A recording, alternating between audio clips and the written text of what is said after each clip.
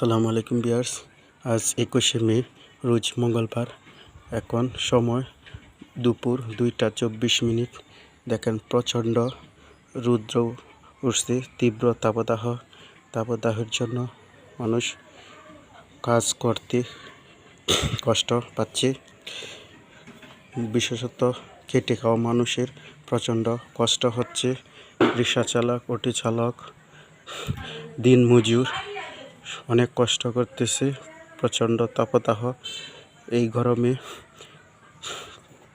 শরীর অত্যন্ত ঘেমে যায়।